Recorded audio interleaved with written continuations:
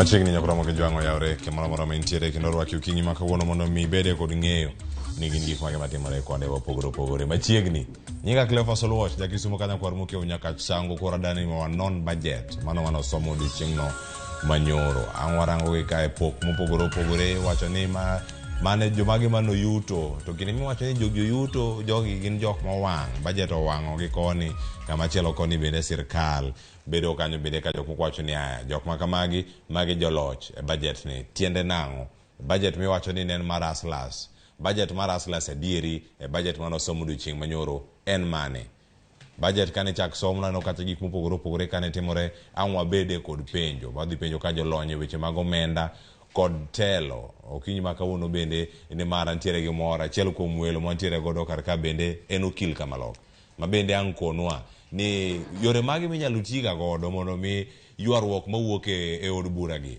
otiek gi e kinde moko makare kendo kaka dwarore kinde ka kinde mano ka wantiere kodi ka achiel kachiel nyakora moge jwang' bed kod ng'eyo ni gin gik mage matimore e alwora mari okinyi makawuono wada bedo kae gi twagni wakelo nyaka iri kanyo ka odiochieng' makawuono wabede kod ng'eyo ni gigo mosebedo kacha ka timore e counties iwacho ni nyaka sani gigo mosebedo kanyo ka iluwo pok mago maga omenda e counties no wach ni gin adi sani koro gin gimarom nade tere kaka manyalo kelo pogruok weche go mag dongruok bende e kinde magintiere ka wantiere kodi ka achiel bende ang'warangi nyakwara moge jwang' ni yore mage minyalo ti godo e kind oganda mano ka wantiere kodi ka achiel nyakwara moge jwang' mondo mi akoni welo montiere godo achiel bende bedo kature kodwa ka ene county ma Migori wang'e ka ang'wa yudo thuolo mar yude ang'wa wuo kode yo makare kanyo ka sani ka wantiere kodi ka achiel ang'warange e kinde mabiro nyakwara moge jwang' mondo mi wakonie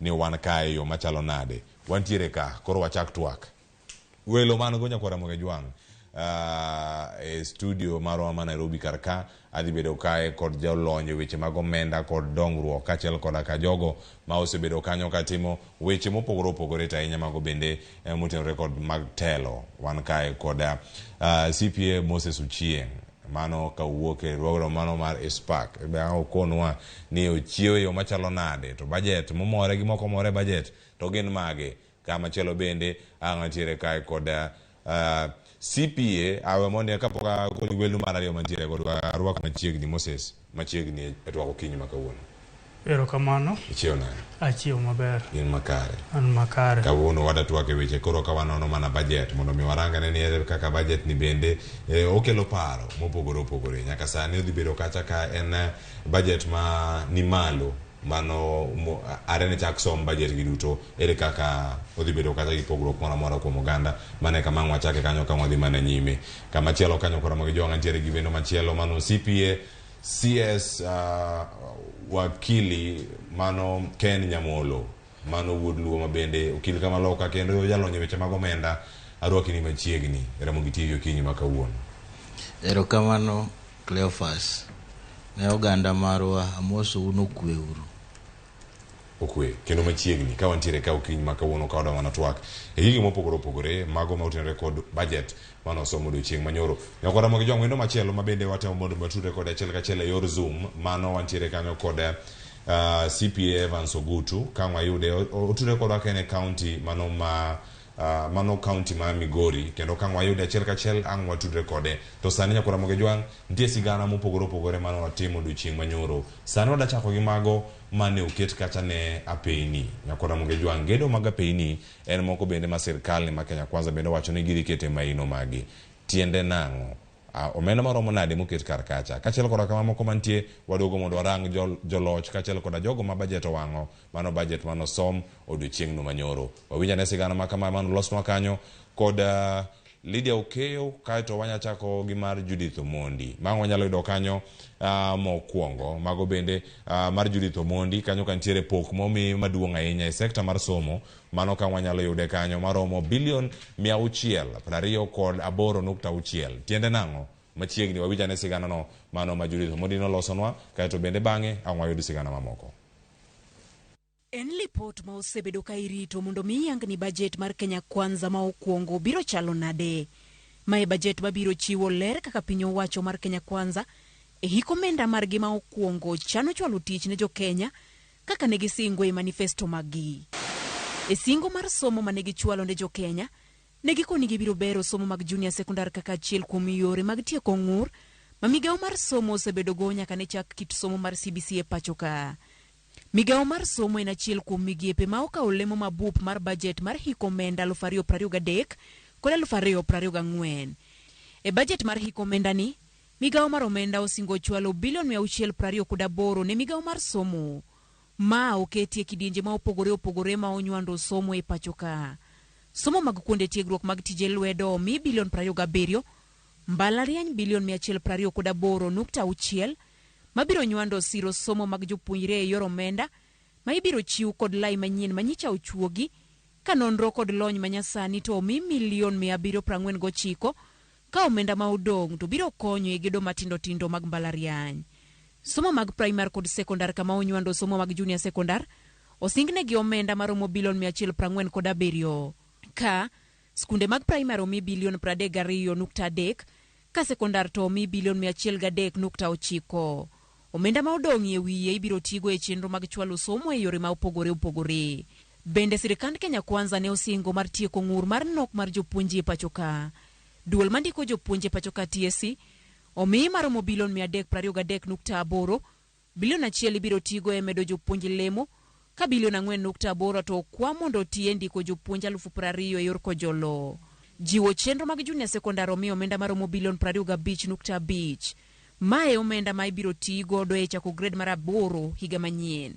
I propose to the National Assembly to effect budget allocation of Kenya shillings 628.6 billion to the education sector, Kenya shillings 4.8 billion for recruitment of 20,000 intern teachers, Kenya shillings 1 billion for the promotion of teachers, Kenya shillings 4.9 billion for the school feeding program, and Kenya shillings 940 million for the provision of sanitary towels. Kata kamano, seyo sechako wuok e wi omenda ni ma ochwal ne migawo mar somo. Jaod bura ma Mathare Antonio Luoch en achiel kuom jogo makoni omenda no tin kendo ok biromo chopo lek madwarore e migawo mar somo. Wan gi sikunde in our own constituencies miluongo ni upbed schools. Upbed schools gin skunde ma ok gin private to gin public.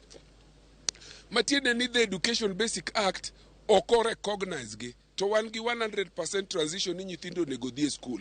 We don't budget for these schools.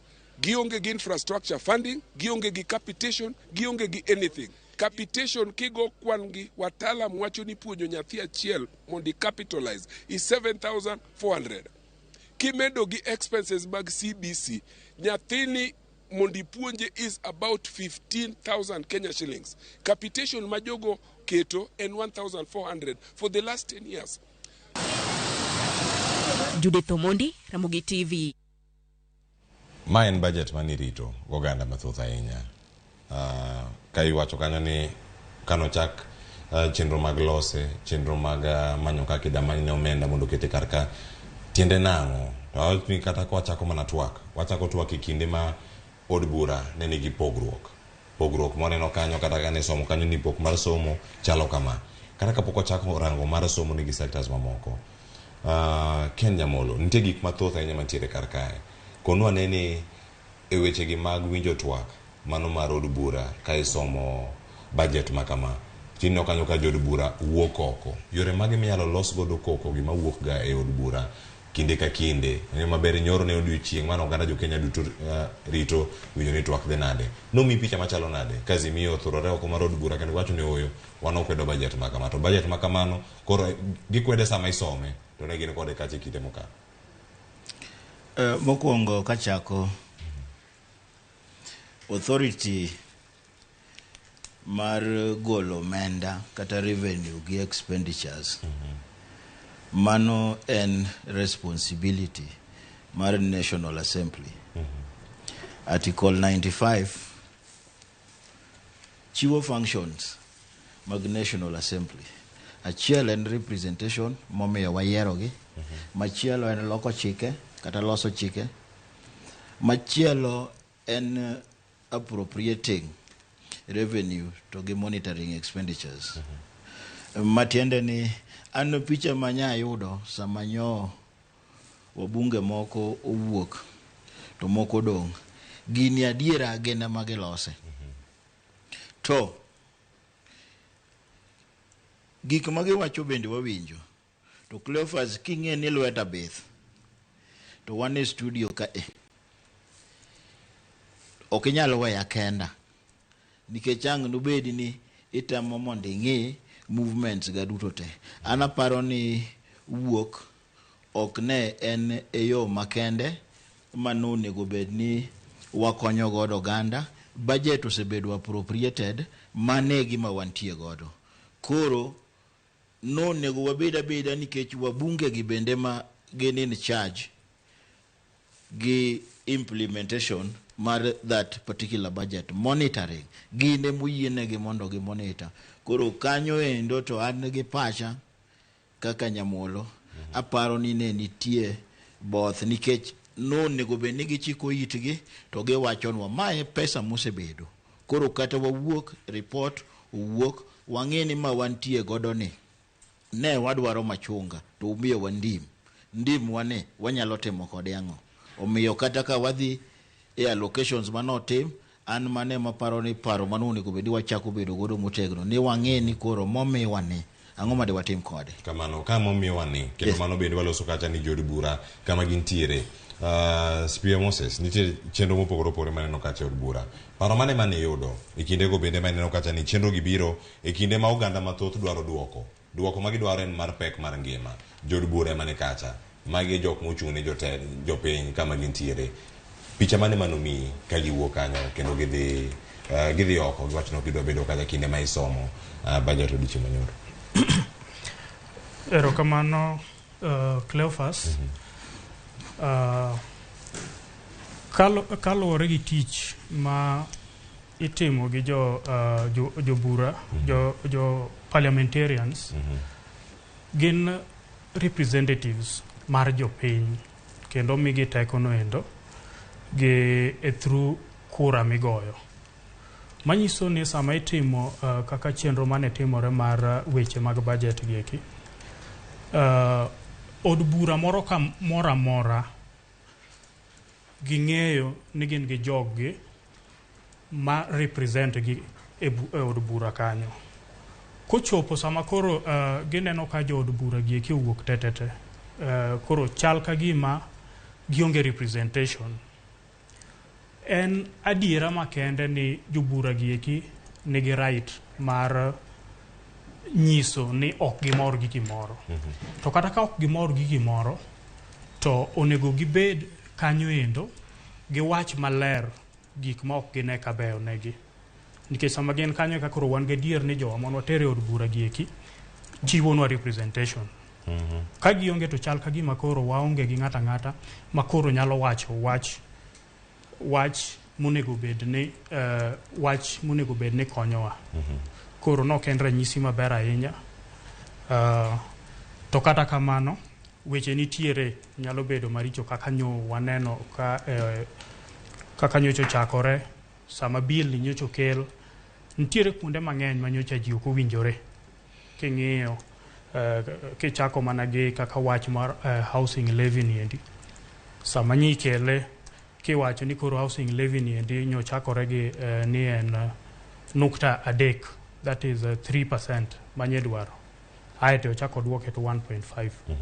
To nyo wang'eyo ni winjruok ni pod onge, to kata ka winjruok pod onge kamano endo to pod gigo nego bede discussed e parliament ka endi ma ok giwuok oko. Koro mane kaka nene. Erokamano ahinya. CPA Nyamolo, nitie gik mathoth mantie ka. Budget ni en mar Hustlers adier? Budget nitie gik mang'eny. Kiwacho Hustlers to nitie allocations manyo keti for protections by vulnerable groups. Mar ariyo nitie resources manyo keti mar reducing poverty and social empowerment. Kamotingo groups kaka Uwezo Fund, Youth Enterprise Fund, Women Fund, Pes Jodongo, kendo kanya winjo ka the cabinet secretary jo wacho ni nikech delays mag pes jodongo ni koro ibiro bedo released sama iloso payroll mar sericulture to pesa gi bende biro. So kadhi e pesa wuon kaka protection mar the vulnerable groups wan gi 38.2 magi are facts and figures madhi ne cash transfers for the elderly, orphans and vulnerable children, Kenya safety debt programs, nitie presidential bursary, child welfare. Kichaki duogo e pesa manyo keti for equity, poverty reduction, women and youth empowerment. 602 million Kenya Youth Empowerment and Opportunities Project. 13.1 billion na the National Youth Service. Ichaki duogo Youth Employment Enterprise or the Wezo Fund nitie 192 million. Youth Empowerment Centers nitie karibu 300 million. Kana neno kano ket pesa ni gima na penjora jo miluongo ni hustlers gi gin kanye mane penjo mantie gin e gwengewa to no chuna madonje website mar Uwezo Fund to gima na neno ni Uwezo Fund kae nitie loans moko magiluongo ni loans at the constituency level. Sanie koro toke samani toko ni yonge ang ni yude nade tang ni chame nade pesa ni nitie koro wawe ng'iyo kata ni no toke nade ose toke kuro jiyo chame nikech kana ng'iyo nitie loan achiel mana neno miluongo ni Rausha imigo up to 100,000 nitie mora neno ka iluongo ni Inua up to 1 million. To magi gik mitimo at the constituency level. Kana ng'iyo requirement aneno ni nitie loans mag individuals, nitie loans mag groups matimo these micro, small and medium enterprises. Wan gi funde maloso kata funde bao, wan gi joma gedo, wan gi jo boda boda, wan gi sidienje mopogore matimo hala. Pesa ni koro sikete to nego be no dhi e ground kacha. Gimo nego be ni wapenjore nikech ng'ato ka ng'ato nigi mbunge mare.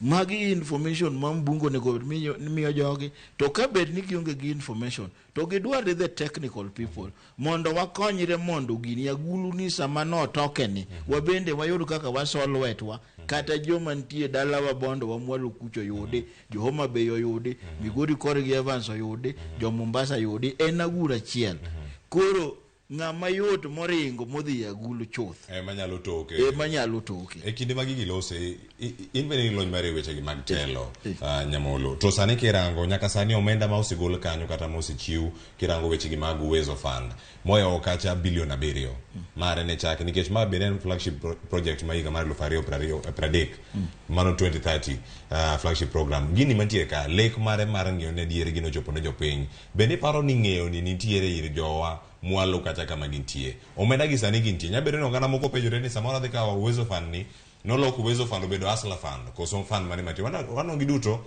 ne gintie kendo jatend migao ne opuoyo gi ahinya ni mar tie jo Kenya mosewuok oko okaola gi to duoko gi grube giji giwegi bende jo wani gi ng'eyo mar wuok oko mondo mi dhi okaola ni mondo mi giduogo gidongre go kende koso jod bura mawene gitingni kang'iyo dongruok kata mosebedo katimore e gwenge mag Luo kachako wuotho kata county na Siaya kabiro Kisumu takadho Homa Bay tadhi Migori tineno the state mag youths kata women's okapar ni en adiera ni information ni osebedo kachopo to kata kosebedo kochopo to wasebedo kwa ignoe weya wachi ni mar Hustler Fund nyokete 10 billion dhok mibiro winjo ka ji wacho ni nya apply Hustler Fund to miya siling 500 tamadho Hustler Fund nitie gi different products personal loan product miluongo ni PLP emimi between 500 to 50,000 to nitie machielo ma iluongo ni group micro enterprise loan kata GMELP, then nitie individual micro enterprise loan. The group loan and from 20,000 to 1 million. The individual loan biro me 10,000 to 200,000. To mae mana ka umakuru, ka un group mara jo border, kata group mara women, to umakuru, to utemu application maru. Information monego bende wacho ne hustlers gi. Ene kaka gi access pesa cha. Kanya neno requirement moro kae nitie affidavits monego bende bedo sworn. Gina gik manomol midhi yudo a loan. So as part of that empowerment, emomiyo kawuono wabiro kaendi nikech penjo mano penjwa ni to japiny ni kanye e budget. Wanyiso ni jopiny ni ka, jopiny bende koro nyaka wuoga giwuok ka gidhi dwar. Erokamano ahinya. Ng'e maber bende e kinde mane watimo nyisruok mag welo ni wantiere gi welo maromo nade, ok wayudo thuolo mar nyiso ni wantiere gi welo machielo mana koni nyinge Evans, CP Evans Ogutu matudore kodwa achiel kachiel kanie county ma Migori. Ema daro waketo okinyi ma kawuono konwa ni Migori kanyo ochiewe yo machalo nade, to pache budget ni en mane, momore gi moko more mana mapiyo ka otiyo kode Migori kanyo. Bende ang' wamiye thuolo mondo mi okonwa maling'ling mano neno kendo mano winjo kotenore kod budget mano somo odiochieng' manyoro. CP Evans Ogutu oyawre machiegni Ramogi TV, twak mar mbako romo japiny ni kanye budget ni mano somo odiochieng' manyoro.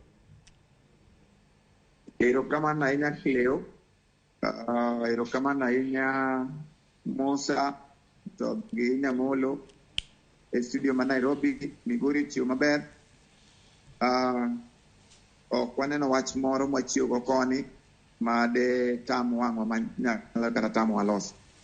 To chutho budget no osom nyoro. Sirikal ka sirikal ka bire telo gibiro gi pachgi to gi migawo gi singo mane gisingo go ne jopiny. King'iyo framework mar budget manyo som nyoro, sirikal mar Kenya Kwanza nochako budget ka ging'iyo gima ne gi model miluongo ni bottom up economic transformation agenda to gi pillars magi. Koro the bottom up transformation agenda margi ne nitiere singo mane sirikal malo no singo ne jopiny. Omiyo embe mae median budget mare mokwongo nikech mane o implement cha to no inherit from the previous administration. Omiyo nitiere gains according to ideologies ma sirikal mar Kenya Kwanza ma japiny yudo, to nitie losses. Mokwongo budget mano kadhi nigi berne, to gimoro amora maber nyaka bed gi richo ne matin. Richo maduong' manyalo chako go ni budget nigi fuok en ni gima nowach ni idwa tim go duto, pesa go duto sirikal temo wacho ni ok gin godo. Manyiso ni nitiere percentage mar budget ma sirikal ng'iyo ni gidhi fund from borrowing.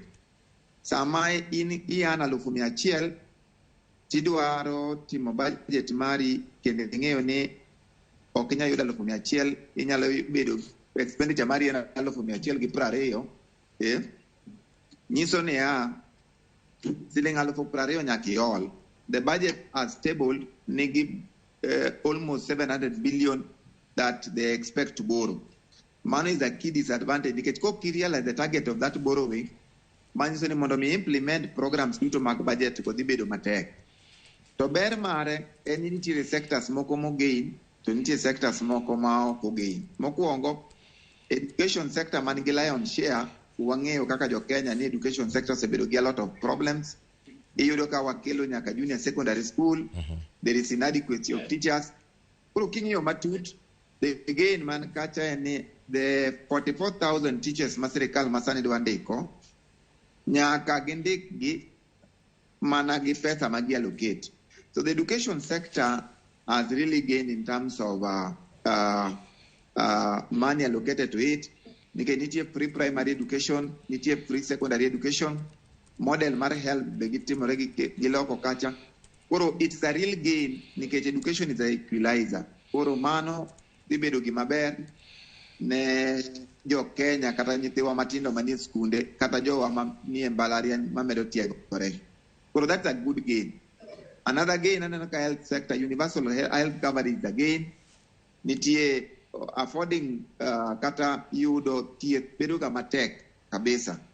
Omiyo jo wasani koro kopo ni gi implement budget magi implement the universal health coverage kacha dhi miyo wachingo kabisa nikech iyudo ka mondo mi ng'ato dhi many thieth e gwenge wagi bedo matek mondo mi yud kata level 3 hospital nikech jok mioro ga e gwenge gin mana clinical officers. The infrastructure manyalo post dakteche yudo tek. Koro budget ka wang'iyo the universal health coverage to infrastructure magi keto in place and the maintenance of the equipment mag hospital go, mano is a real gain mar budget. Infrastructure bo gain. Erokamano ahinya. Mano iwacho ni weche mag tudruok bende nyapo mana kanyo ka gigo timore kanyo to chung'. Wacho ne we mana kar kanyo. Mana gino mane wacho kar kanyo jogo ma oyuto. Awalali matin CP Evans Ogutu. Tieke mana gi kanyo wacho mani mako kanyo weche go mag gedo, mag apeyini kod mathoth. Weche go mag infrastructure mana mani lero kanyo kapok waduogo e studio ma Nairobi. Erokamano ahinya gimomiyo nawacho ni jok moko nitie mogen nitie molus. King'iyo the last financial budget gi budget masani. Kaka sports and you lose, health again, education again, infrastructure again, manufacturing again. Koro manyiso niya the framework mag serikal mar Kenya Kwanza nitie jok mogen nitie jok molus. To chutho gigi nyaka watela them mondo wang'e ni ere kaka gi benefit jopiny. Koro anta neno ka nitiere gain ma sirikal dhi yudo kopo ni ginyalo implemente. Wuok manitie niya budget ni ok gin gi pesa te nitie magi target ni gidhi olo. Koro kok giyudo to manyiso ni for them to implement budget ni dhi bedo matek. Erokamano ahinya Kenya. Erokamano ahinya mano CP Evans Ogutu tutre kod achiel kachiel ka ne kaunti ma Migori. Aduogo e studio kar ka. CP Moses Ochieng' nitie chenro mopogore opogore mantiere kar ka. Budget ni nene, momori gi mano komori, jogo mano yuto, jogo mano yudo lal mopogore opogore, kae to bende wadhi mana nyime, kae luwore gi mago mane luwo bende odiochieng' manyoro. Okay. Kang'iyo budget ni endi, to mana kaka iwinjo kata mana CP Evans owacho, king'iyo government mar Kenya Kwanza ni endi, kane samane pok gidonje loch ne gin gi areas mane giwacho ni gin ka gidonjo to magi kuonde magi bro concentrate. Mokwongo ne giwacho ni achiel kuom gik ma gidwa timo en ng'iyo kaka ginyalo konyo jo ohala matindo tindo.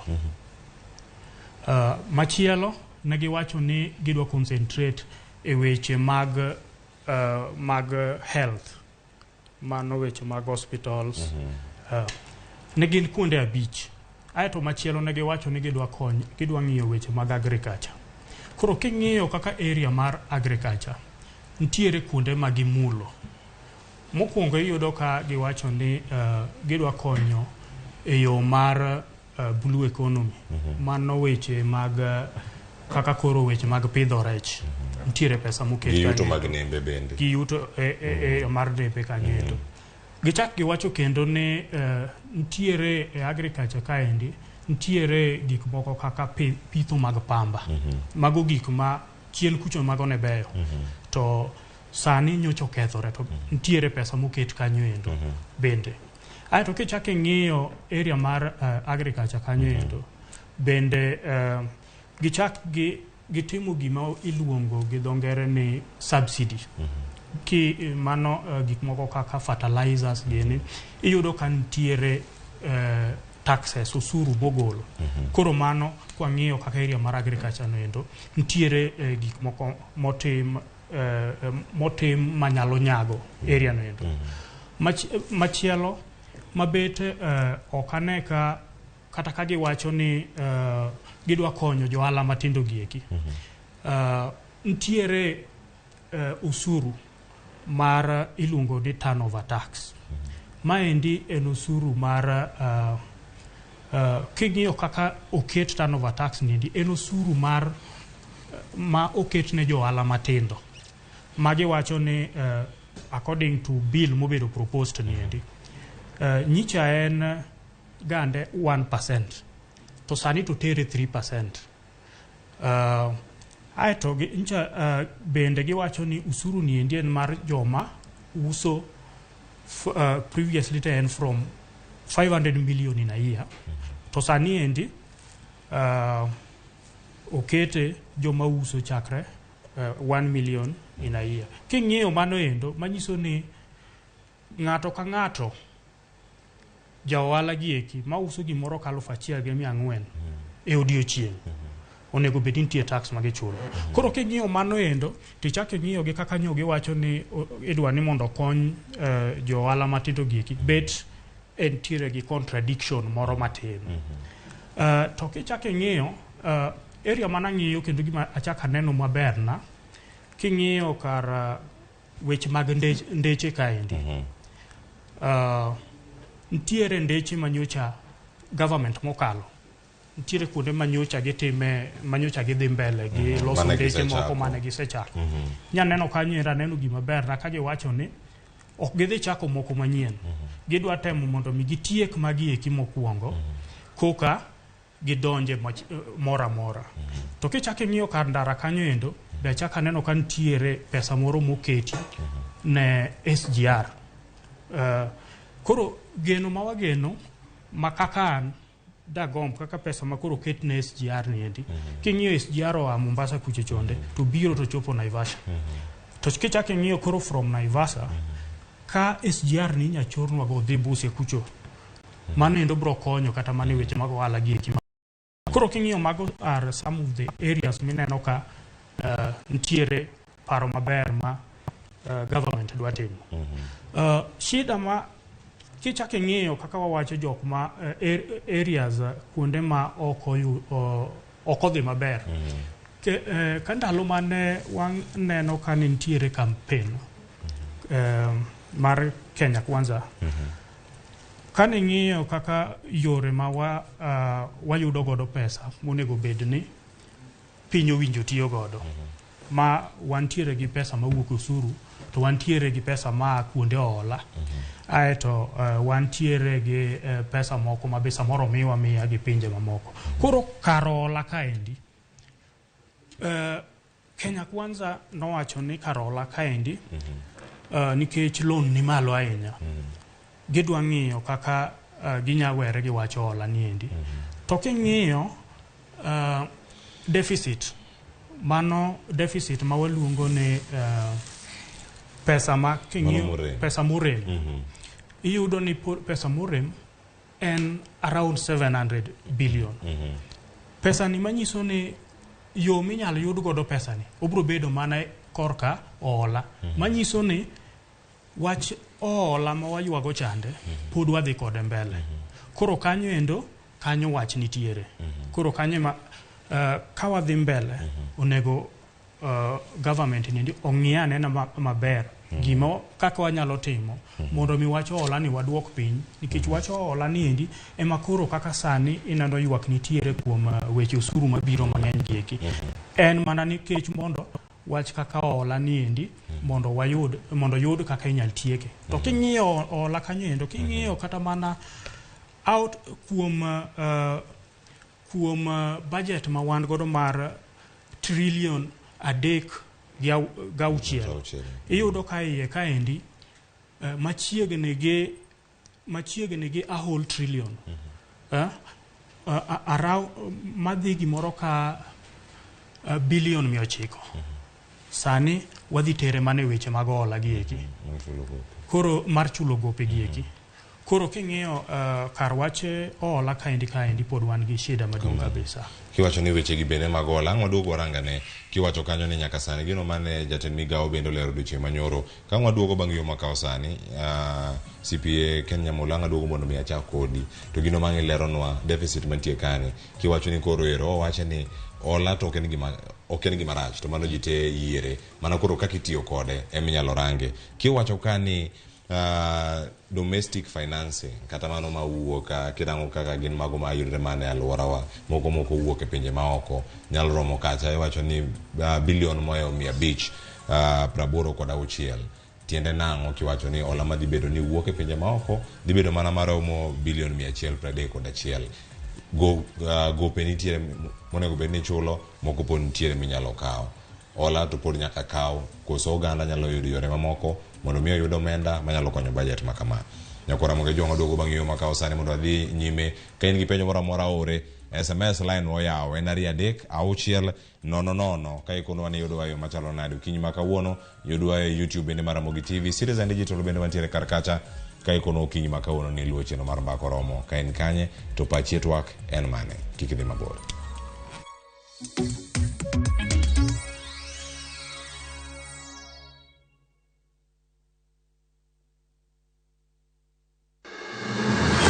Sama otimore, kama otimore. Wananchi wako na uwezo wa kusema enough is. Joma otime. Kwani baba ni wanani? Hata baba ni wetu. Kaka wanene. Fred Ogweno. Ka okuchuni to kilose. Kine kolose. To tieno bade. Roslyn Obala. Jite nyalo dhi e school to ji adimo agi kalatas no maber monyalo present kamoro. Jay Bonyo. Gima notimore Siaya en gima ok onego timore e piny manigi dhano molony, manigi dhano modhi sikul to nigi jotelo moyie. Kod Victor Otieno Makajuma. Ma en cheno biro ni achiel kachiel go kal Ramogi FM, kar chunje duo kod Ramogi TV. Kaka wanene.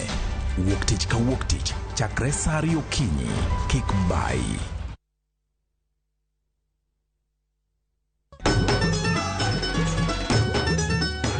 En sigand hera. Bedo ng'at moher pile pile abo bedo kod ero ng'ato. Abe abo eri nyaka chieng'. Wuoth mar nyako marawera manigi chuny motegno. Mama, kapo ni dwa kumo ng'ato to kuma an. To loso chikene owuon. Kiwuoyo go wadwa majaga. Nyise ni inido kenda mapiyo. Kata bedo ni joot osiko ka gitemo ng'ado ne paro e gima gidwaro. En ng'ama chal nade midwa ni mondo kend mehe. Wachna. Mae ng'ama dwaro. Ining'eyo kaka ichwang' mar mama ni chal. Anyalo timoni gima rach. Behera gibiro tony nyaka giko. Choti Sardani, Sario gi dakika 15 otieno e Ramogi TV.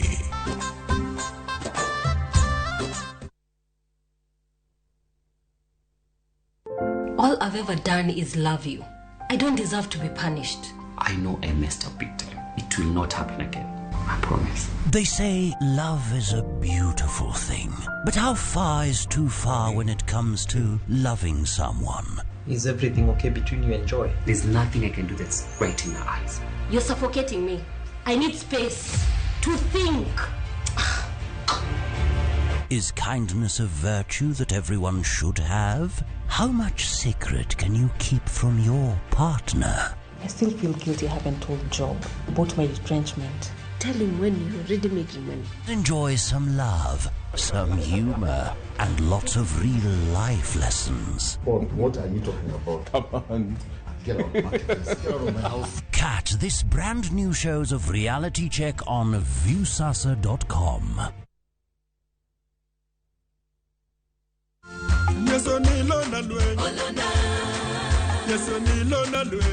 Nilona wona simo, nilona lwe olona. Yaso nilona lwe olona. Yatelo nilona lwe. Nilona wona simo. Kapo nono diher wenda mar oloyo lweny kaka skisa tin mari. Takwayi kuom ng'wono mar Nyasaye ni yie mondo idial *860*419#. To parie ni Ramogi TV e od jower duto. Nyasaye mondo gwedho, Nyasaye mondo gwedho.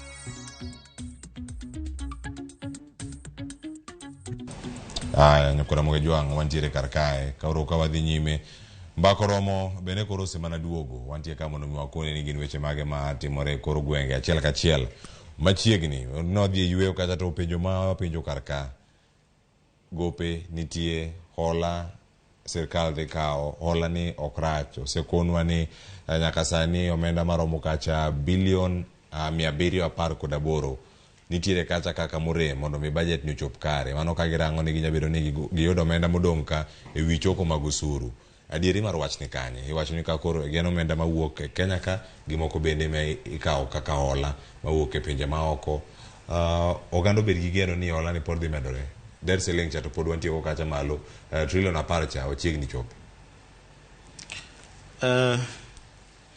Erokamano, aparo ni achiel kuom gimomiyo wabet kae ni mondo opuonj ogandawa. Kamano. Sirikal ka sirikal kobiro to en tie gi vision kata gigo eko madwaro ni mondo otim. To marwa no yokone wani budget en 3.6 trillion. Wan gi deficit mar 718 billion. Pesa ni nyaka wuog kamoro. No kone wani ordinary revenue kamotingo taxes, obed income taxes, mi bedo charged from your payroll, obed VAT, obed excise. Mano ne wasitiko godo. To deficit ni, chuno ni nyaka hole. Inyalo hole domestically, kata i piny ka, kata idhi dwaro gowi maoko. Iye ka iole kani, ikawe kunjo. Sirikal holo ji kaluwore gi treasury bonds kata infrastructure bonds magi advertise through kata CBK, tidhi tiketo pesa ni, timiyogi pesa. Bond ni biro miyi yield. En achiel kuom investments moko mabedo considered ni gin safe. Koro ka in gi pesa ting'iewo infrastructure bond kata mag higni 10, higni 20, bang' higni 20 go tichuli godo tiyudo interest mari ewiye. Mane domestic borrowing.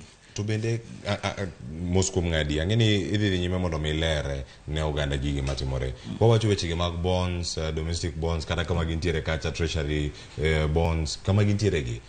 Bende oganda nigi ng'eyo ni ginyalo gamiyo sirikal ola, to bende sirikende mokalo bende gisebedo ka gikawo giga e kendo nikech penjo mantie ng'ato ka wacho ni weche mag ola ka piny wacho kawe kuom jopiny onyako ni mana kacha ni samoro wadhi e bengi mane paro ma jok moko nigo giwacho ni sirikal bende koro dhi mane bengi modhi kawe ola ni emembe koro chomo kacha, koro sirikal ka ola kanyo wambe wakawo ola, omenda dhi romo jopiny edier.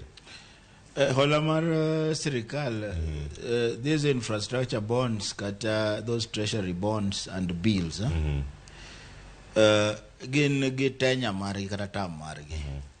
Omiyo inyalo kinde mora mora ma sirikal dwani mondo oyud pesa kowuok kuom jopiny to gibedo advertised tiketo gi tender newspaper under Central Bank of Kenya. Ibiro neno kanyo ka gi invite ji mantie gi pesa mondo dhi mondo apply to kiyudo depending on ni ikawo ma short term kata ma long term.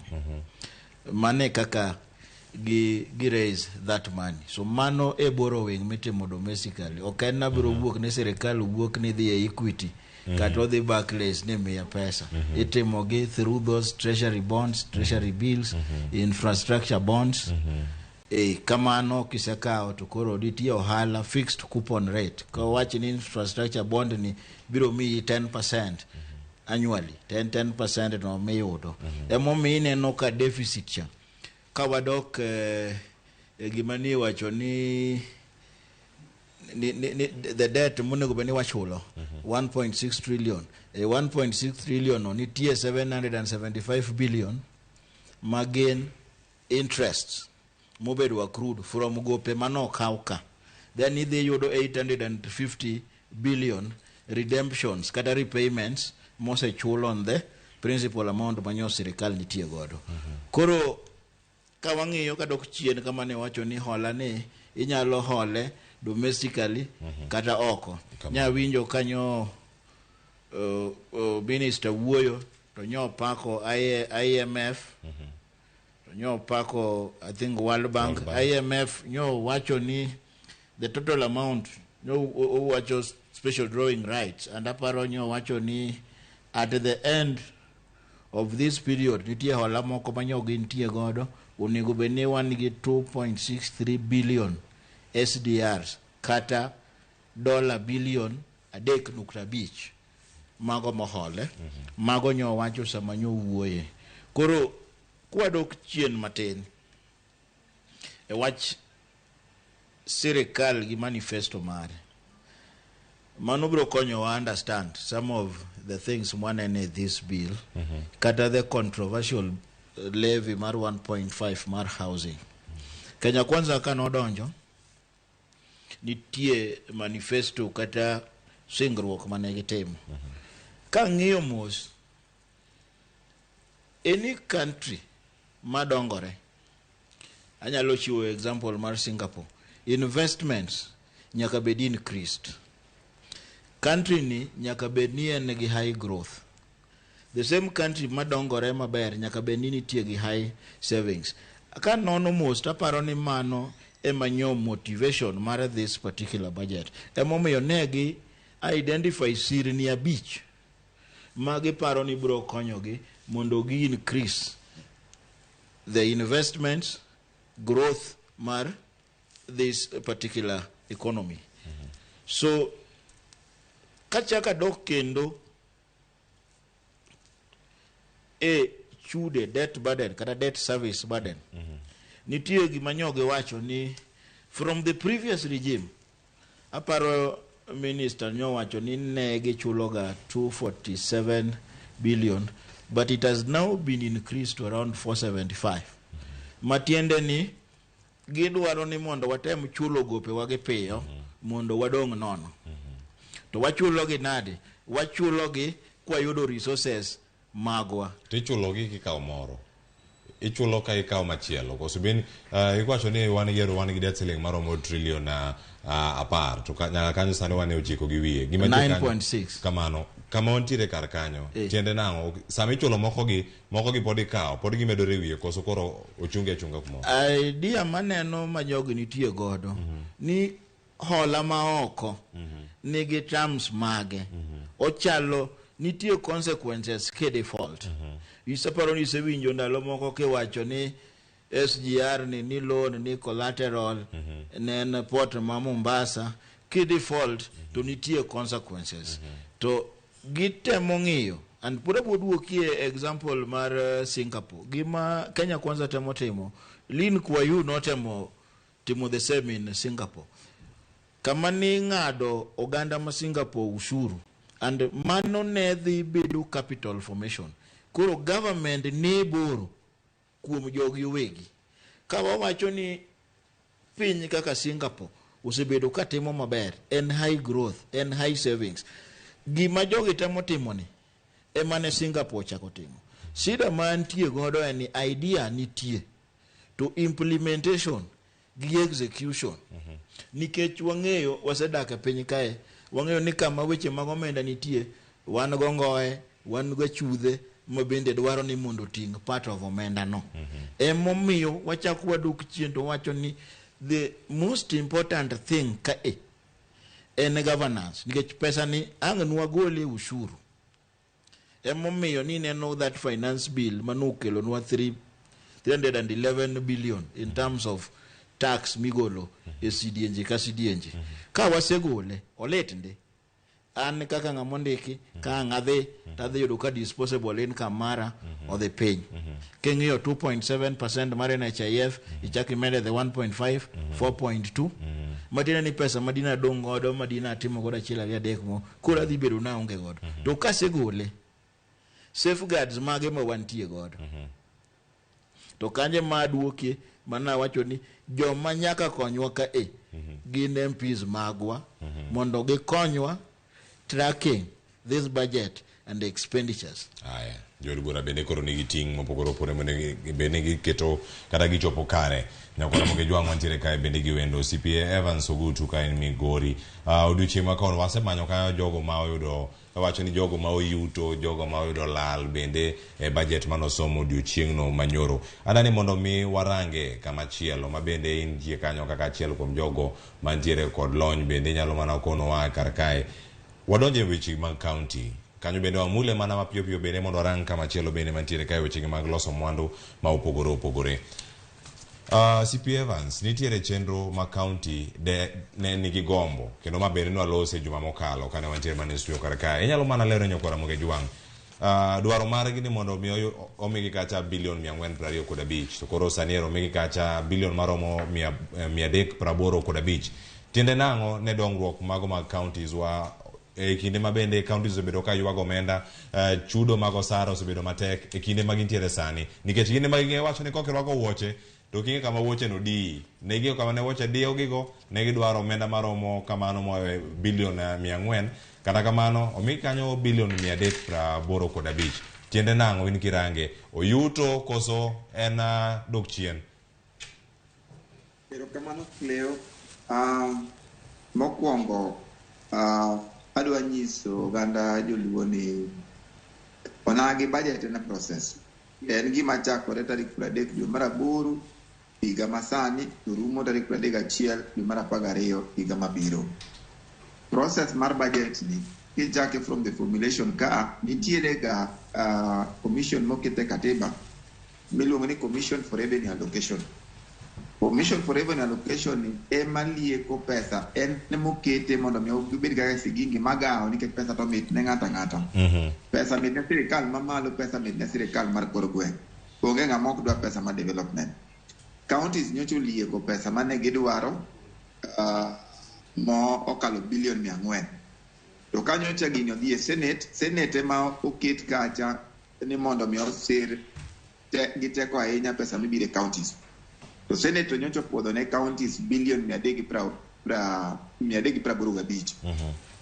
Omiyo ma en fuo. Ingeni ka ng'ato golie 411 to 385 manyiso ni bilion madirom 30 oda almost 26 ogol. Manyiso ni pach gi programs mane gidwa timo gi billions koro ok ginyal chopo. To chutho 385 billion ni the Commission of Revenue Allocation oketo formula kaka ipoge. Kaka nipoge nitie counties mano medore to nitie counties be mane the heavy gain. Kaka county wa Migori no gole billion 8 to billion 8.3. Manyiso ni that formula no medo gain. To chutho ka pesa ni obire counties onego bed ne koro sirikal mar kor gweng' timo priorities gik magidwa timo gi pesa ni. Iyudo ka gimbe gin gi ministries iluongo ni the schedules of devolved functions. Iyudo ka agriculture ma national government otemo subsidize production cha. It is largely a county function. Manyiso at county level gimbe ginyalo timo programs gi machalo mag nagri gi atdaka mondo mi giyud chenro makare manyalo konyo godo jopiny. Housing cha is largely a county government function, the national government osekawe. Omiyo pesa duto mwachoko manyiso ni sirikal mamalo koka dhile structures kaka ginyalo nikech pok no lost chik mare. Omiyo pesa no kodhi ochoki eno dhi malo to billion 385 ni en makoro nodong' kaka equitable shares.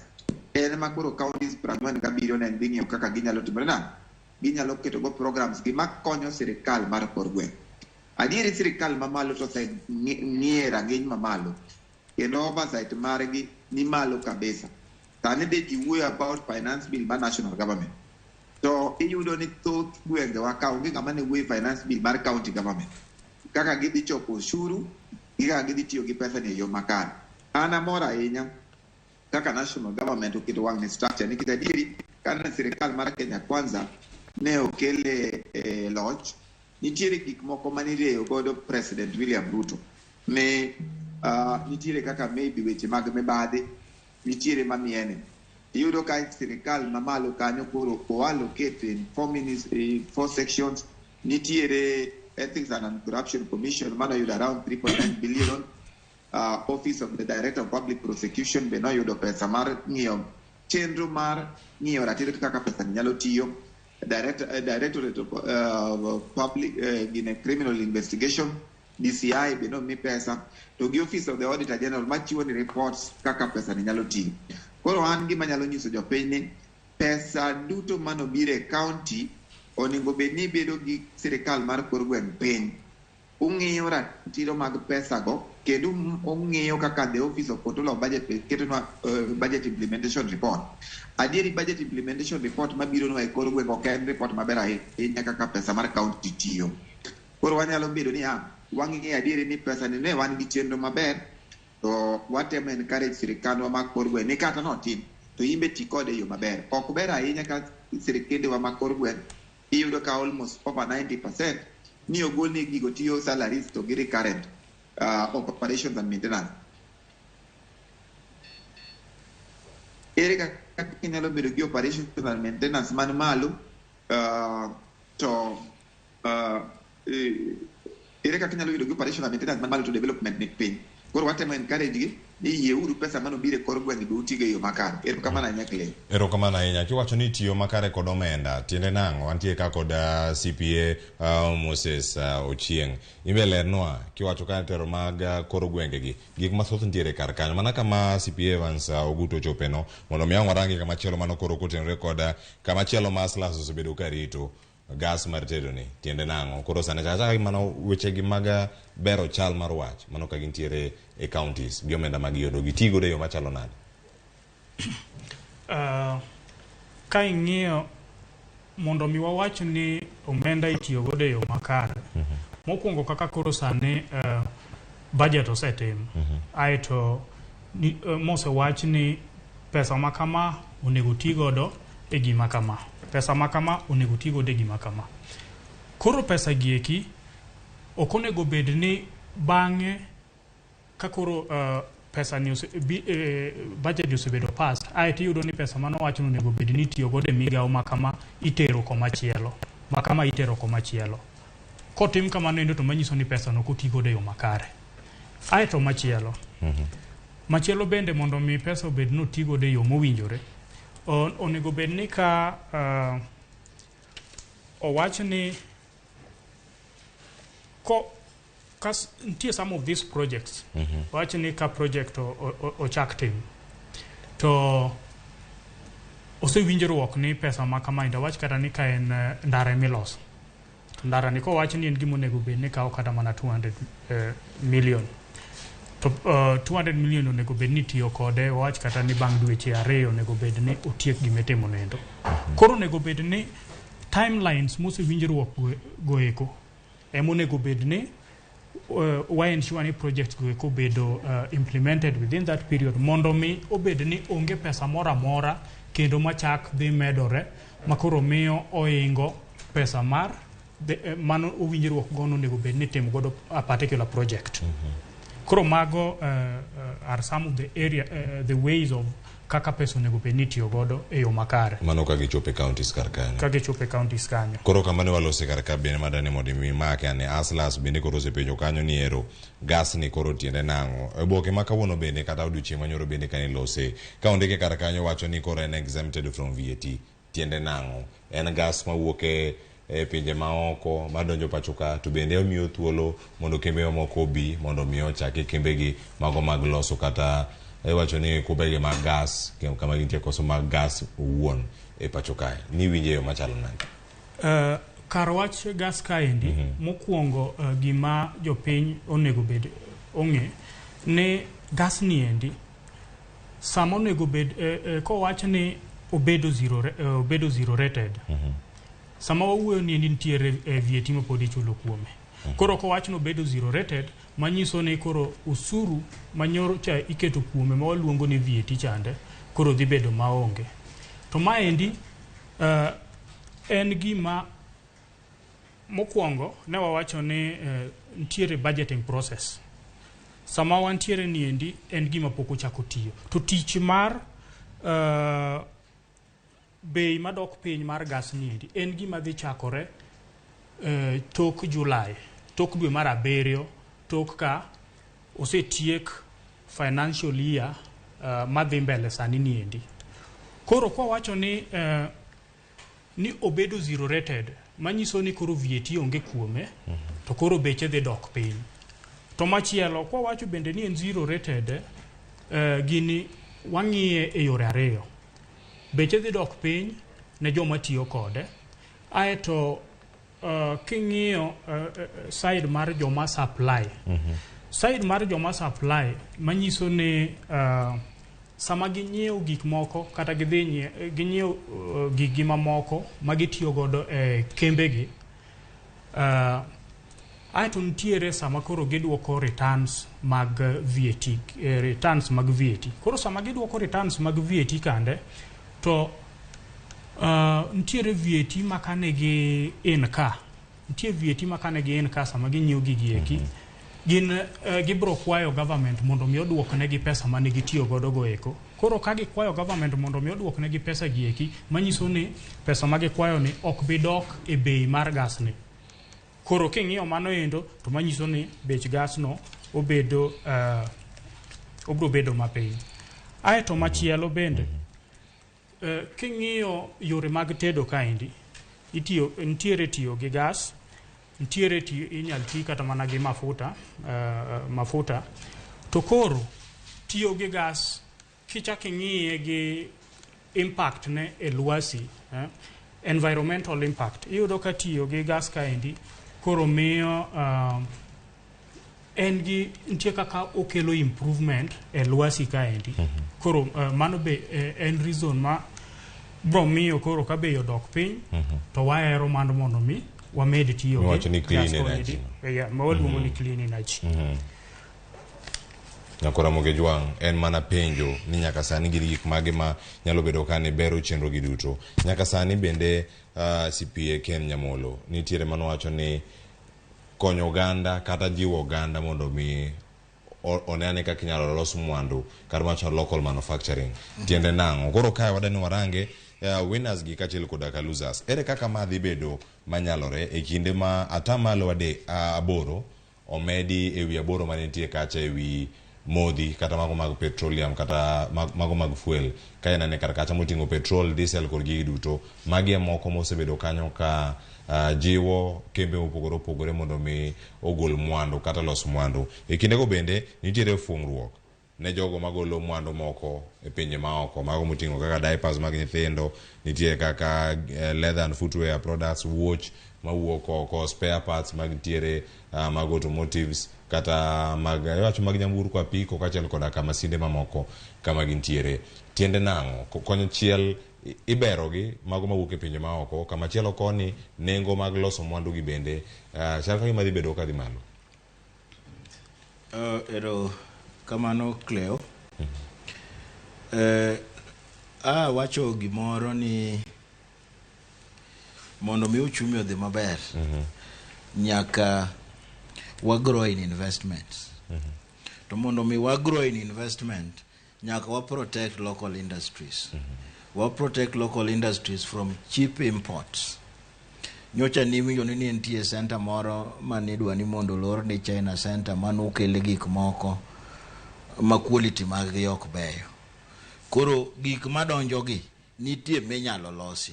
We ami example mar furniture kata kombe. Wan gi fundewa maloso kombe mabeyo. To bendo wan gi jogo eko bende ma import kombe kata from China. So mondo mi wa encourage fundewa malokol gi. Emo mi yudo ni ne nitie duty manobedo imposed on imported chairs. Sirikal timo mano mondo mi protect the local industries. Kiweyo that arm mar protection. Nitie mondo mi uchumi odhi mbele. The net exports gi imports. Kaka wantie ni iwinjo kwa gombaka ni kombe nitie mabedo imported. Onego bende wan bende waloso gigwa mondo wa export. Eka wabedo gi balance of payment. The total value mag payments in terms of net value in terms of payment foreign exchange. Kawuono kwa wuoyo dollar kawuono en 139 point. Euro en 151. Sterling pound aneno kochopo 176. Nitie gik mabiro loan ma wawacho ka ok wachul gi in Kenya shillings, wachulo gi in foreign currencies. Wadhi yudo foreign currencies nadi ka wanok wa export. Koro nyaka wa protect industries wagi mondo gi produce leather products mane wawacho ka. I think no luong gi ni 9 value chain areas. Leather ema notelo. Then nitie rice, nitie cotton, nitie blue economy. E kind gik mano wachegi wan wanyalo take advantage mane. Chon ka ne wadongo ne waneno waka noyeng to pien go ne kano. Nitie chichwa malokol ajego kanyo kanidhi to ne yudo joma ne kano pien.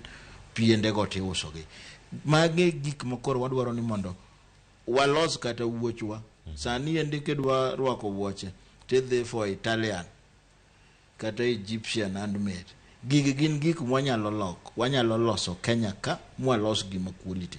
Koro the local industries bedo protected gi those fiscal policies, tax itero malo mondo ng'ama dwa import kukelo kodonjo ka ene mowang oyudo ka beicha ni malo moloyo the locally produced. Mane gima timo kae. Hii winjo ni sugar factories wa mang'eny oseluar. Ka wadhi Mumias nitie Comesa import quarters. Sugar mabiru produce ka cost of production ma itimegodo Mumias, mitimegodo Migori, mitimegodo Kocha. Mondo mi wa discourage cheap imports. Emomiyo ni winjo ni koro sugar mobedo imported bedo charge at 5 shillings per kilo. Onyalo ga bedo charge in terms of waka excise duty bedo charge. It's either per kilo or per unit kata at a percentage. Inyako ni 35. Koro mae temo discourage mondo encourage farmers magwa, ma Migori, ma Western, ma kuonde moko. Gino machielo en weche bani wacho mag diapers. Osewachore ni no kone wani diapers biro bedo mayot. Kanyi neno budget manyoro nyo wachi ni tax manu keti ne imported pod bedo I think ne 35%, but products miloso godo kuro yiene gi mondo gi made enjoy that advantage for a year, another 1 year. Banka nyodhe ginene custom ginene ma East Africa wa agree. So giwacho ni materials mitiyo godo kuom loso diapers gi pod omigi that advantage for another year. Mondo gi med produce gigieki for the next 1 year. Agricultural products kidhi first schedule mar that bill iboiro ni gin zero rated. Zero rating gi exempt. Zero rated goods bedo cheaper. Nikech VAT nitie gik mokareyo. Input to gi output VAT. Aloso giga, ang'iewo materials ga, ain ka input VAT. Sama uso gi, achaji. So gima timore en ni sirikal oyieni ni out of your output VAT inyalo deduct input VAT. Mi uso godo gima ni nyiepo godo. Then the net a tax michulo sirikal. Koro ka wasewinjo mano ne nitie issue mani penjo increase from 8 to 6%. Kamano mane mautan. Gima ne temo bedo explained ni sama output VAT en 8% to input bedo claimed at 6%, aboro kigole 16 dong negative. Mana boro kigole 16. Koro emane giwacho ni jogi osebedo in credit position. Ginonge VAT magichulo every time magidhi gi claim to unge pesa ma sirikal yudo. So the government koro temo mondo tap these resources mondo konywa finance that deficit. Otherwise credits ka in gi credit to nego beni KRA refund. To refund to already one gigowi. Koro ne gitemo dino loopholes mag tax. Zero rating exemptions, the effect margi enigi reduce the revenue manone go bene yudo. Ushuru manone go bene yudo. Koro mano is one thing mane government amoni mondo yudo go pesa. But the VAT mar 16% on petroleum products. Mano to the bedo gi effect. Because of the cost of living malo, the moment mi mulo fuel kada kidhi build mar steam tineno fuel adjustment cost mano the affect sectors te. Upuro gi tinga agriculture miwacho ni dwa puro godo cha idhi puro gi tinga tiyo gi mafuta. Sama mafuta no bedo ka en malo kanyo endo cost of living pod dhi bedo malo. Mano en area achiel makadan gi pacha to en kama no nego beni wapare diriyo. Kamano. Kiwacho ni nitiere chenro mabende mitiyo go kanyo, kiwacho ni ero en mag gero kembe kachel koda kaloso mwandu pachoka. Tiende nango adhi Migori kata mondo mi atuda koda CPA Evans Ogutu. Kama nitiere karkae CPA Evans nitiere paro kendo mano be oketa yanga mano kod jatend migawo mochung' ne weche go mago maga omenda mano Professor Juguna Ndung'u kowacho kanyo ni weche mag manufacturing kaachiel koda ka loso thuolo mag tije kata job creation gidhi kanyachiel. Lerna ne nyakwa Ramogi Jwang' ni kiwacho ni kembe gi ero koro ka olosgi e yo makare to kembe gi bende nitiere ushuru makoro bende gintiere godo kar kacha moketnegi. Waneno kanyo odiochieng' manyoro e oboke mane watimo nonro e studio karka nitiere mano mawacho ni dola millionaires ringo kendo wuok pacho ka magi joket mwandu e kinde makoro iwacho ni giwuok nikech siasa makoro chuo chieng' kendo onge arita kwe makare, chenro mag choko osuru ma ok gin friendly kata iwacho ni ichoko gi osuru mamalo.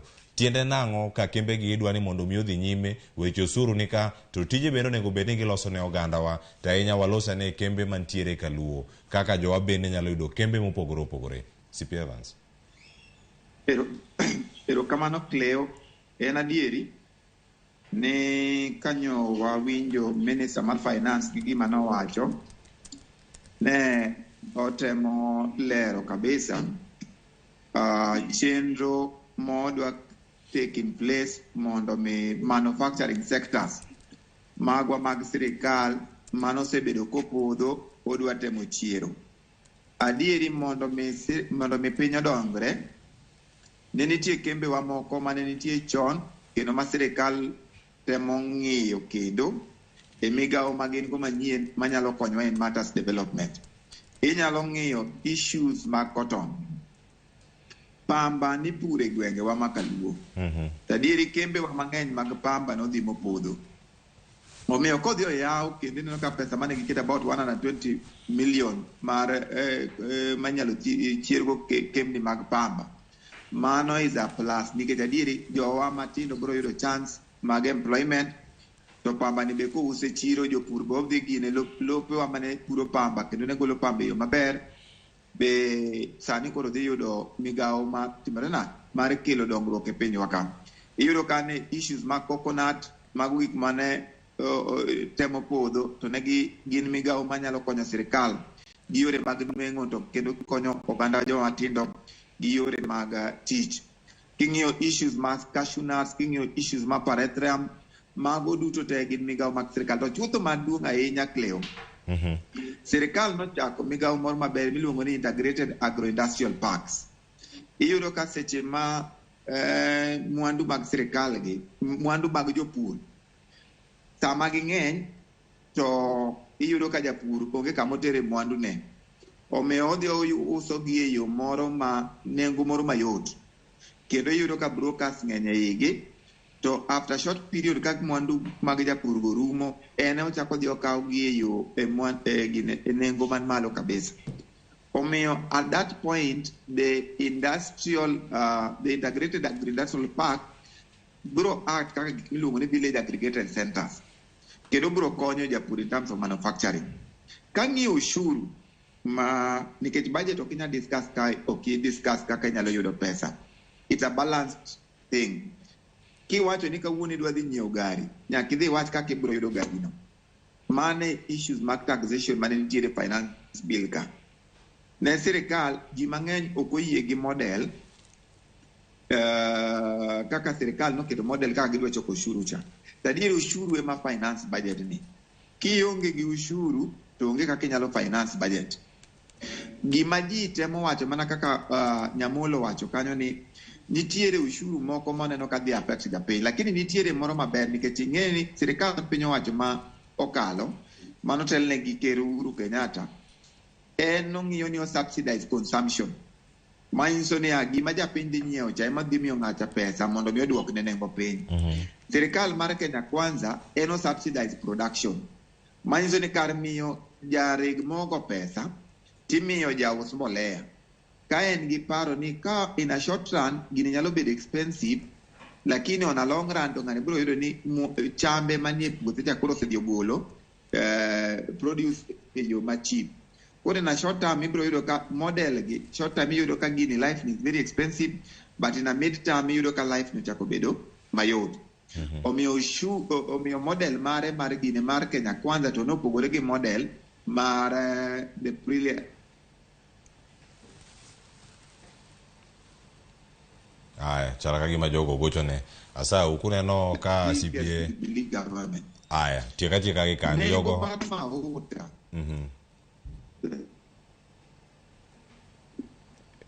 Inyalo mana dhi nyime. Nengo mar mafuta. Affect. Kabisa. Aya, ero koro wanyalo yudi koro wanyalo winji. Asa weuru gochone CPA Evans Ogutu. Entiere ka e TV. Ang' gochnu bang'e. Kugochone to internet ne lal to mane mutiyo kanye Zoom. Koro kinyalo mana tieko kama ne lero kar kajo CPA Evans. Nengo mar mafuta. Nyaka winjre uru ni nengo mar mafuta to ni malo. Nengo mar mafuta kodhi obedo malo. To en adieri ni they affect a lot of because production is a production is a chain.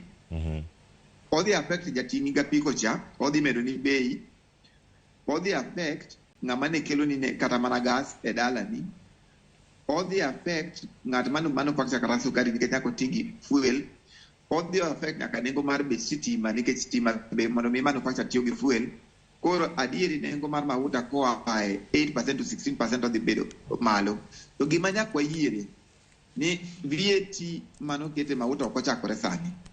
Ochakore gi sirikal 2018.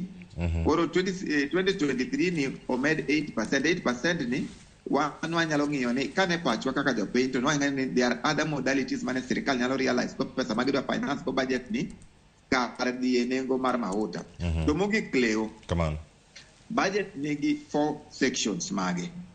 Budget nigi formulation, budget nigi approval, budget nigi implementation, budget nigi audit. Sama koro wachope ni. Koro wachope one stage mar adek mar budget implementation. Gima koro wanyalo kwayo sirikal mar piny owacho niya, singo mar budget madhi affect japiny in one way or the other, programs koro to chopi.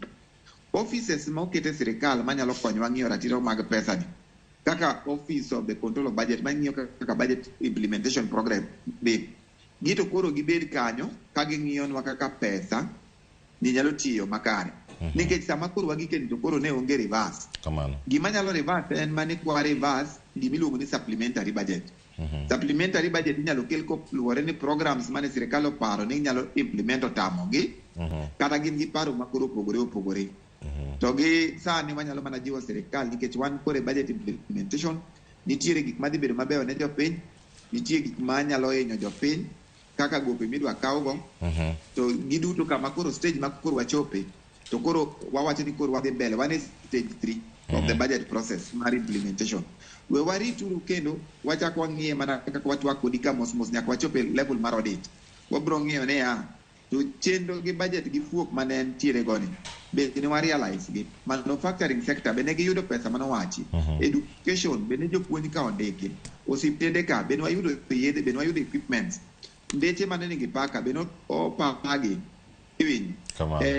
Promoting local industries mana kaka Nyamolo osewacho. Be ne watimo gi koso ne gin mana theories. Mane gima miyo japiny luoro. Kaka sani neno kaka Nyamolo wacho kendo kaka wawacho housing levy ni en gima wakadho to odhi kaka tax consolidated funds nikech pod onge chik marito pesa no. Kik wawacho ni wakadho pesa ni to pesa ni dhi gero ute. Kata mana appropriation kane budget expenditure report ne gitimo no koket kama pesa no dhiye. Make gi kanyo koro. Adwani make gi kanyo mondo mi koro ka waduogo ang' abiro mondo akaw pachi mogik mano ka watieko kanyo omenda kanyo dakika 5 kende tang' watieko kar kae mondo ka ang' aduogo e studio ka bende CPA Nyamolo kod CPA Moses ang' aduogo mondo mi ayud wach mar mogik e weche mag budget ka ang' watieko kiny ma kaunti. To sani yena mondo mi adhi e kaunti mano ma Mombasa, kapok adhi e kaunti ma Migori bende mano mapiyo okonwa ni odiochieng' ma kano jopiny to wache nade mano bang' ka budget nosesomo odiochieng' manyoro. Georgia oko oyawre, Mombasa ochiwo yo machalo nade to nyaka sani jopiny wachang'o kotenore kod budget manosomo odiochieng' manyoro. Erokamano ahinya Cleophas Oluoch, awinji maber kowuok e kaunti ma Mombasa kuma odiochieng' ma kawuono ni waneno ka kaunti ma Mombasa wachiyo maber. Jodak manie kaunti ma Mombasa bende kone gin bende gidwana gigo e dhogi mapiny matin ewi wach budget manosom e odiochieng' manyoro. Ang'e ni gin gi weche mang'eny but ok adwa wache logi, adwa mana wuoge moko kuom gi kae mondo nyisane ni to gito budget ma kawuono ni giwache ang'o. Jaduong' chaka gi nyingi tinyisa ni budget ni in wach mane yae godo? Erokamano jaduong' Joja oko. An kawuoyo kama chunga ni iluonga ni Rafael Odienyo Kaya.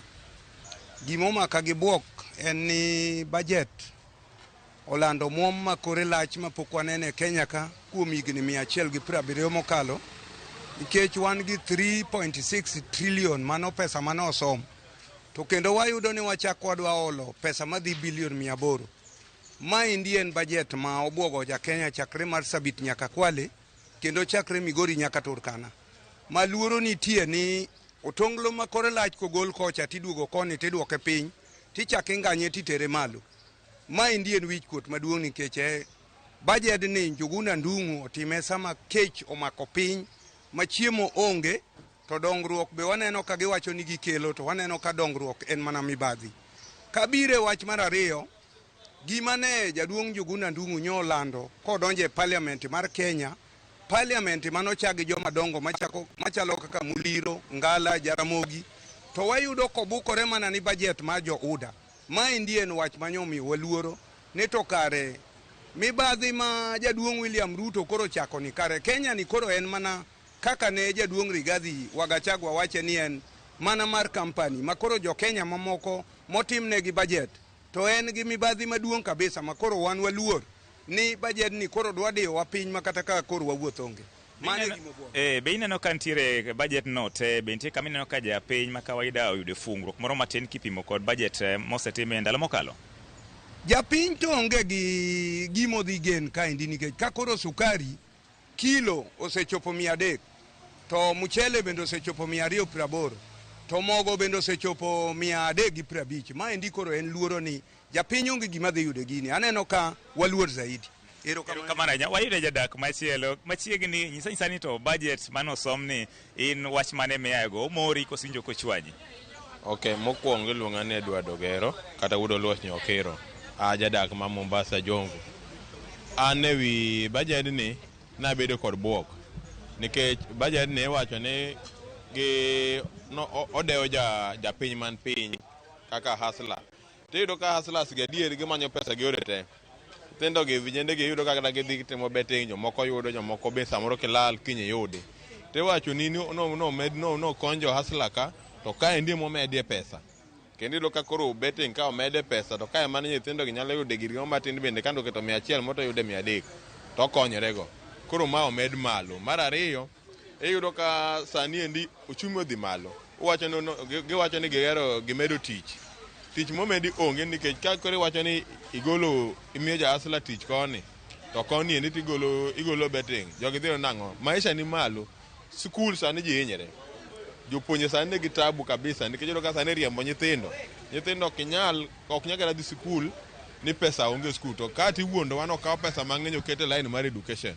Kiny to nyathi riembo ni nie ot ni pesa onge ma nyithindo chamo kata mana skul. Koro wadwaro adeber to gikwong ng'iye ni to sekta magwacho sana mar somo giketie pesa malong'o, to pesa no donjo e skul. Giwe wuondo jopuonj ni pesa waore skul to onge pesa e skul. Nyithindi duogo nwa bet ke ot, to nyithindo bet ot juma achiel, juma no chulo pesa. Koro gino hinyowa kabisa. Wakwayo ni sirikal mar William Ruto ong'iye japiny kaka nosingre nobro konyo japiny, to kik owacha gi dhoge to ohinyo jopiny. Molosa send skul, ong'i sekta mar skul kabisa. An mane wach madawachi bajet. Erokamano ahinya.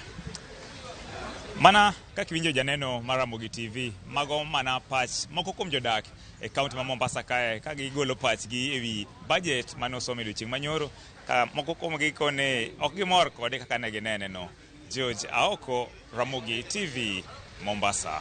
Aya, erokamano Joja oko in Mombasa kar kanye. Bago twak yo makare jopiny bajet ni gin kar kanye. Erokamano ahinya. To ka waloso weche mag jopiny bende nyaka Ramogi jwang'. Yeno mondo mi wadhi e kaunti ma Migori kanyo ka watieko kanyo kod Jo Juma. Jo Juma oyawre e kaunti ma Migori kanyo intiere yo machalo nade. Okinyi ma kawuono waloso kanyo kotenore kod iwacho ni dhialo nyathi Afrika. Tiende nang'o mano ka intiere kanyo e kaunti ma Migori. Mana mapiyo ka chenro pok orumo. Bagno mana to kanyo matin tu kae to bende ka itieko ainkonwa ni odiochieng' ma kawuono itimo gang'o. Jo Juma ka koro in Migori machiegni kendo imiwa ne twak koro ka intiere alap ma intiere sani.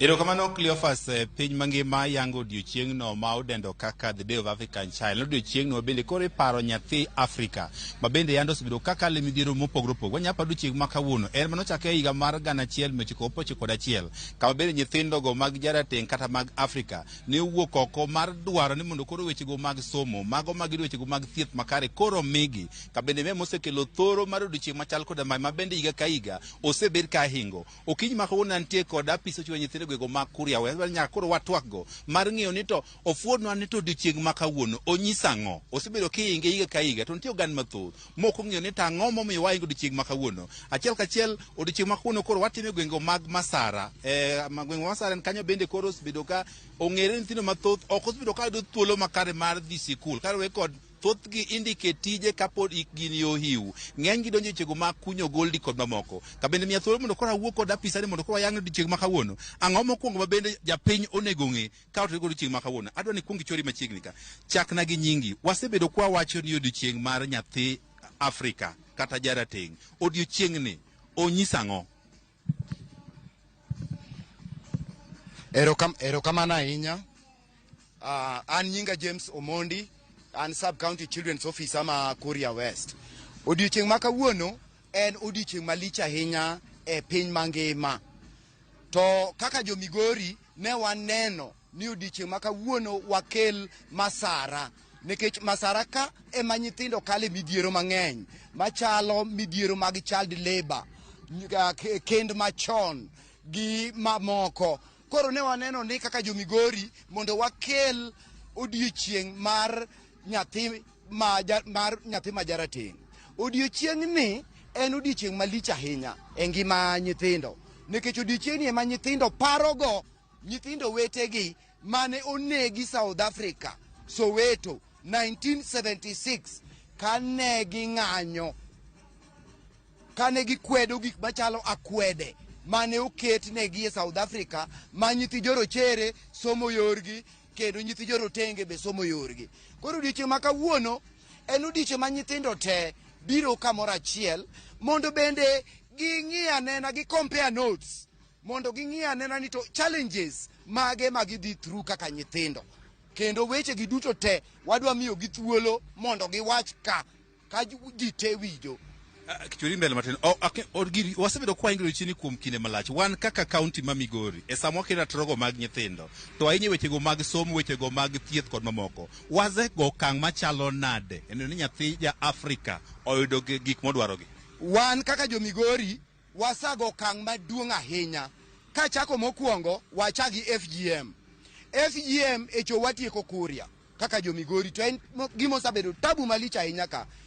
Kaka jo Migori wasabedo gi child labor. Awendo child labor, nyithindo tiye niang'. Masara ka nyithindo kunyo goldi. To magi weche magi midhiero ma wasabedo kaka idara mar nyithindo, wasabedo ka watimo sensitization mondo jopiny ong'e, ka wapuonjo nyithindo. To waneno ka gigi bedo ok chien. Kata child labor waneno ka dok chien. Kwatieko wasebedo kwa kedo kuom midhiero kinde mathoth. Ok ang'e ne fuok ni kanye. Chike ema onge malong'o koso ang'o momiyo gigi pod otamwa tieko? Chike nitie, Juma. Chike nitie. En mana ni chikegi pok olugi maber. Chike pok olugi maber. Wan gi Anti-FGM Act. Wan gi the Children's Act. Wan gi the Penal Code. Wan gi the Kenyan Constitution. Wan gi other international legal instruments bende. To chike gi pok olugi maber. Wan kaka wuono wang'is ji ratiro mar nyithindo mane mokelowa kaka kawuono. Wadwa ng'iso jopiny ma Masara kaka wuono ei Migori ka ni nyithindo nigi ratiro gi. Nyathi nigi ratiro mar dak.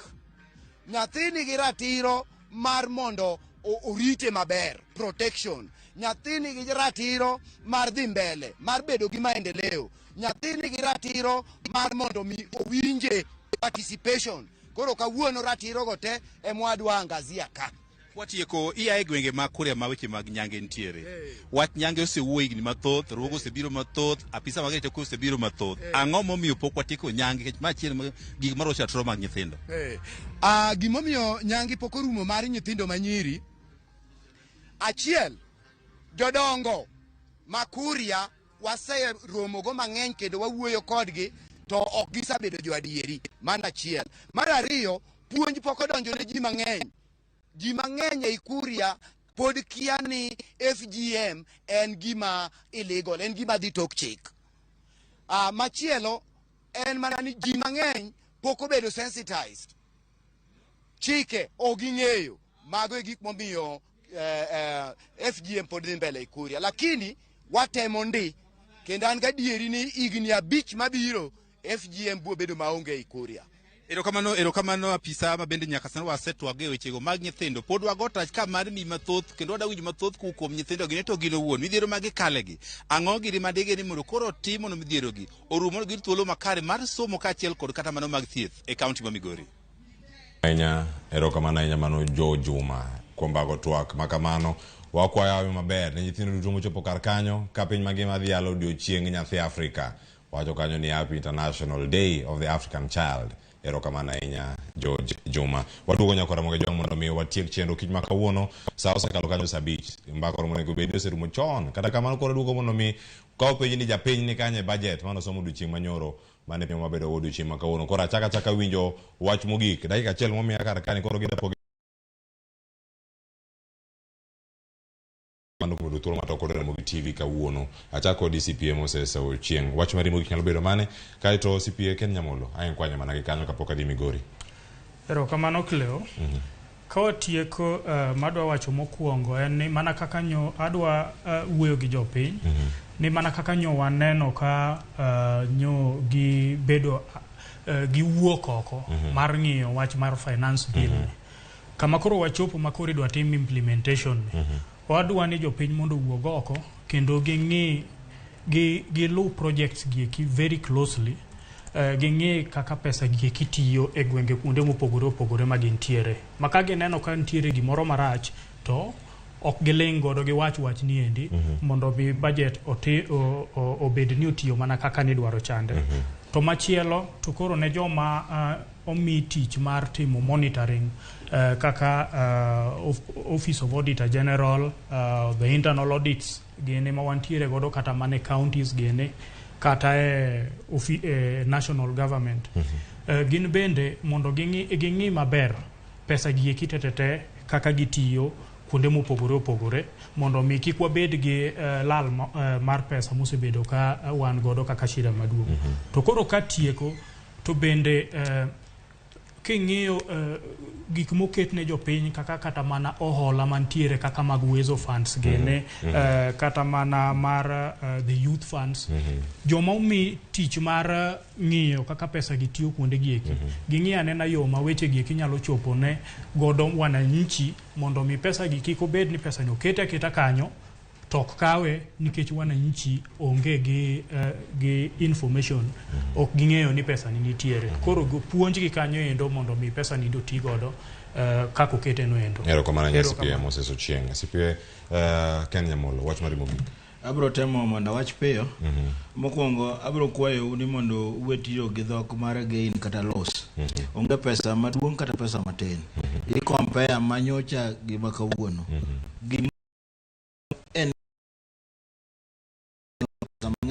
Pesa matin nyalo molo pesa miparo ni mang'eny cha. Koro kwatieko gima oganda ne wapenjo ni jopiny to ni kanye. Jopiny wakwayo ni mondo uchope dho agulu mitoke. Itoke agriculture, itoke small and medium enterprises, housing kata en controversial. We hope ni structures bro bede, healthcare, digital superhighway wasuduru e dho agulu de mondo wasol wetwa mondo wayud mwanyalo yudo.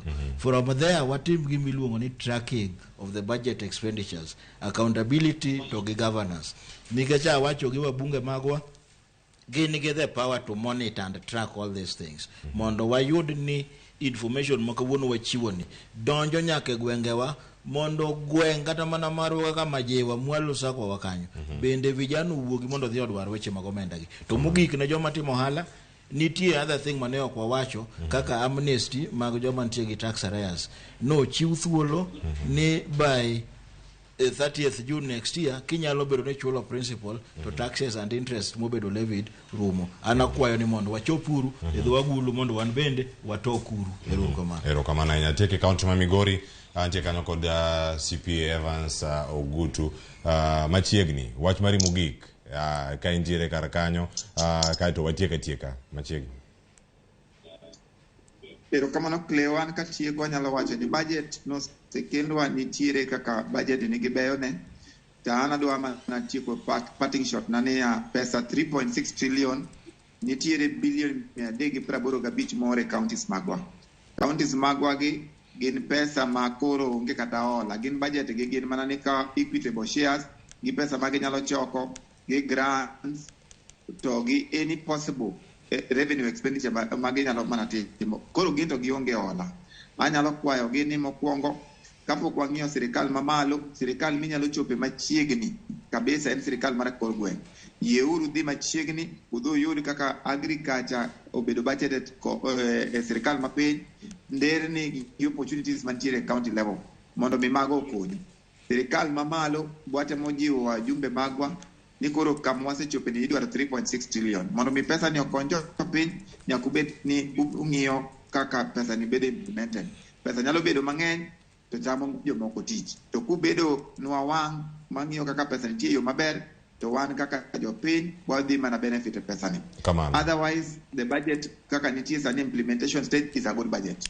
Erokamano ahinya mano CPA Evans Ogutu jalonye weche maga omenda uchumi kod telo koachiel kona mago bende mag dongruok. Erokamano kuom duto matoko da achiel kachiel kiwuok e county mano ma Migori. CPA Ken Nyamulo kod CPA Moses Ochieng en mor marwani watwako kodu e tielo mokwongo e Ramogi TV kae.